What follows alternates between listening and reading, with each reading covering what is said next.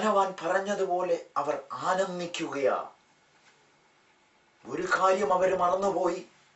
അവരുടെ ഉള്ളിൽ പ്രാണനെ വെച്ച് ഒരു ദൈവമുണ്ടെന്നും ഒരു ദിവസം ഈ പ്രാണനെ അവരോട് ദൈവം ചോദിക്കുമെന്നുമുള്ള കാര്യങ്ങൾ ഗ്രഹിക്കാത്തവരായി, അറിയാത്തവരായി, എല്ലാത്തിനെയും സൃഷ്ടിച്ചവനും സർവത്തെയും ഭരിക്കുന്നവനുമായ ഒരു ദൈവമുണ്ടെന്നുള്ള ആത്മീയ വിഷയങ്ങളിൽ ജാഗ്രത പുലർത്തുവാൻ കഴിയാതെ ലോകത്തിൻ്റെതായ ഇമ്പങ്ങളിൽ തിന്നും കുടിച്ചും മതിച്ചും എൻജോയ് ചെയ്തും പോകുമ്പോൾ ദൈവത്തിന്റെ ന്യായവിധിയുടെ കരം ഒരു ദിവസം നിങ്ങളുടെ നേരെയും നിങ്ങളുടെ കുടുംബത്തിന്റെ നേരെയും നിങ്ങളുടെ തലമുറയുടെ നേരെയും വരുമെന്നുള്ള കാര്യം മറന്നു പോകാതെ ഹൃദയത്തിൽ സംഗ്രഹിച്ചു കൊള്ളുക. മനുഷ്യജീവിതം പൊലിഞ്ഞു പോകുന്നതിന് മുമ്പേ നിങ്ങൾ ഫേസ് ചെയ്യേണ്ട ഒരു ചോദ്യം, നിങ്ങൾ മറുപടി കൊടുക്കേണ്ട ഒരു ചോദ്യം, അത് ദൈവത്തിൽ നിന്ന് നിങ്ങൾക്കെതിരെ പുറപ്പെട്ടു വരും. ഇന്നു രാത്രി നിന്റെ പ്രാണനെ ഞാൻ നിന്നോട് ചോദിക്കും. മറുപടി പറയുവാൻ ഈ മെസ്സേജ് ശ്രദ്ധിക്കുന്ന നിങ്ങൾ തയ്യാറാകുക. അതിനുള്ള മറുപടികൾ തിരുവചനത്തിൽ നിന്ന് നമുക്ക് വായിക്കുവാൻ സാധിക്കും. ദേഹത്തെ കൊല്ലുന്നവരെ ഭയപ്പെടാതെ പ്രാണനെ നിത്യനരകത്തിൽ തള്ളിക്കളയുവാൻ അധികാരമുള്ള സൃഷ്ടാവായ ദൈവത്തെ ഭയപ്പെടുക. മുമ്പേ ദൈവത്തെ അന്വേഷിക്കുക. നിങ്ങൾ തീർച്ചയായും ദൈവത്തെ കണ്ടുമുട്ടും. അവന്റെ രാജ്യത്തെ നിങ്ങൾ അന്വേഷിക്കുക. തീർച്ചയായും അവന്റെ രാജ്യത്തിന് നിങ്ങൾ അവകാശികളായി തീരും. അവന്റെ നീതിയെ നിങ്ങൾ അന്വേഷിക്കുക. തീർച്ചയായും അവന്റെ നീതി നിങ്ങളിലും നിങ്ങളുടെ കുടുംബങ്ങളിലും വെളിപ്പെടും.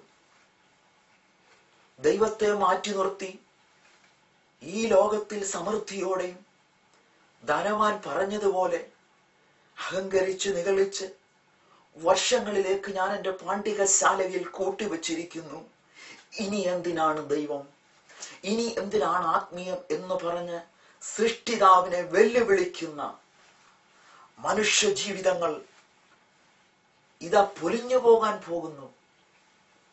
സൗന്ദര്യമുള്ളവർ, ആരോഗ്യമുള്ള യൗവനക്കാരായിരിക്കുന്നവർ വഴിമധ്യേ ജീവിതമധ്യേ തകർന്നു പോകുന്നു പ്രതീക്ഷിക്കാത്ത സമയത്ത്.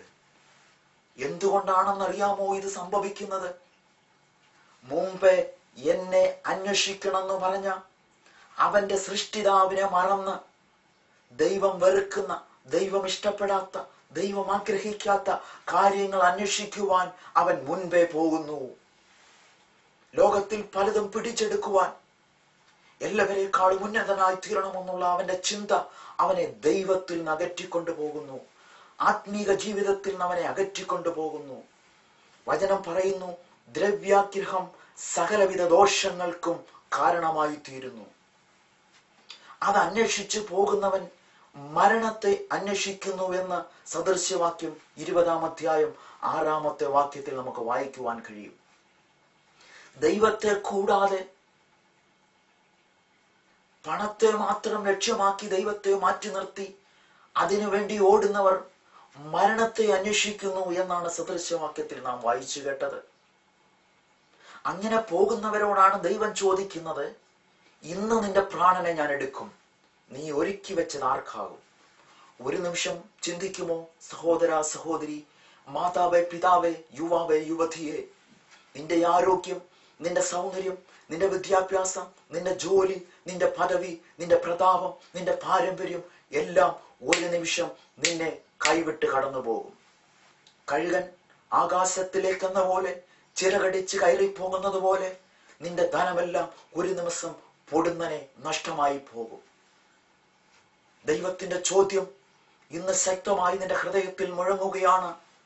ഇന്നു രാത്രി നിന്റെ പ്രാണനെ ഞാൻ ചോദിക്കും. ദൈവത്തിന്റെ ന്യായവിധി നമ്മൾക്കു നേരെയും നമ്മുടെ കുടുംബത്തിനു നേരെയും കടന്നു വരാതെ മുമ്പേ ദൈവത്തെ അന്വേഷിപ്പാൻ